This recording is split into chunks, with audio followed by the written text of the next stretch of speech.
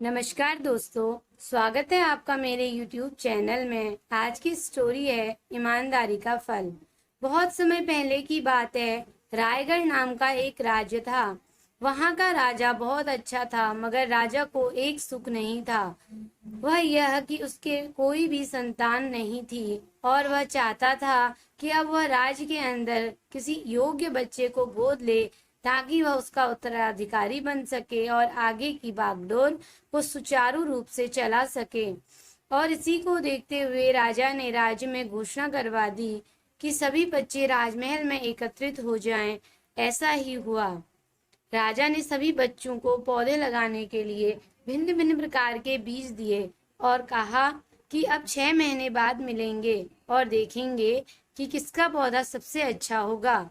महीना बीत जाने के बाद भी एक बच्चा ऐसा था जिसके गमले में वह बीज अभी तक नहीं फूटा था, लेकिन वह रोज उसकी देखभाल करता था और रोज पौधे को पानी देता था।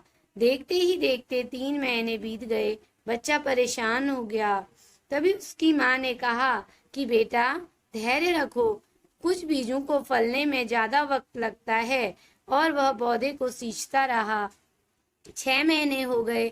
राजा के पास जाने का समय आ चुका था, लेकिन वह डरा हुआ था कि सभी बच्चों के गमले में तो पौधे होंगे और उसका गमला खाली होगा।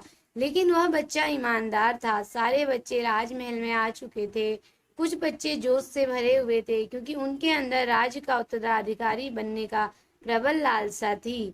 अब राजा ने आदेश दिया तो सभी बच्चे अपने अपने गमले दिखाने लगे, मगर एक बच्चा सहमा हुआ था क्योंकि उसका गमला खाली था।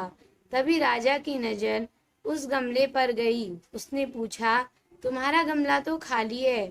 तो उसने कहा, हाँ, लेकिन मैंने इस गमले की 6 महीने तक देखभाल की है। राजा उसकी ईमानदारी से खुश था कि उसका गमला खाली है, फिर भी वह हिम्मत करके यहाँ तक आ गया। सभी बच्चों के गमले देखने के बाद राजा ने उस बच्चे को भी सभी के सामने बुलाया। बच्चा सहम गया और राजा ने वह गमला सभी को दिखाया। सभी बच्चे जोर जोर से हंसने लगे। राजा ने कहा, शांत हो जाइए, इतने खुश मत होइए। आप सभी के पास जो पौधे हैं वो सब बंजर हैं।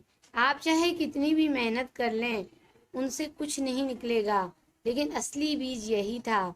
राजा उसकी ईमानदारी से बेहद खुश हुआ और उस बच्चे को राज्य का उत्तराधिकारी बना दिया। तो दोस्तों, हमें इस कहानी से यह सीखने को मिला कि अपने अंदर ईमानदारी का होना बहुत जरूरी है। अगर हम खुद के साथ ईमानदार हैं तो जीवन के किसी न किसी पड़ाव में सफल हो ही जाएंगे। अपना कीमती समय देने के लिए धन्यवाद दोस्तों। अगर कहानी अच्छी लगी हो तो लाइक करें, शेयर करें और मेरे चैनल को सब्सक्राइब करें।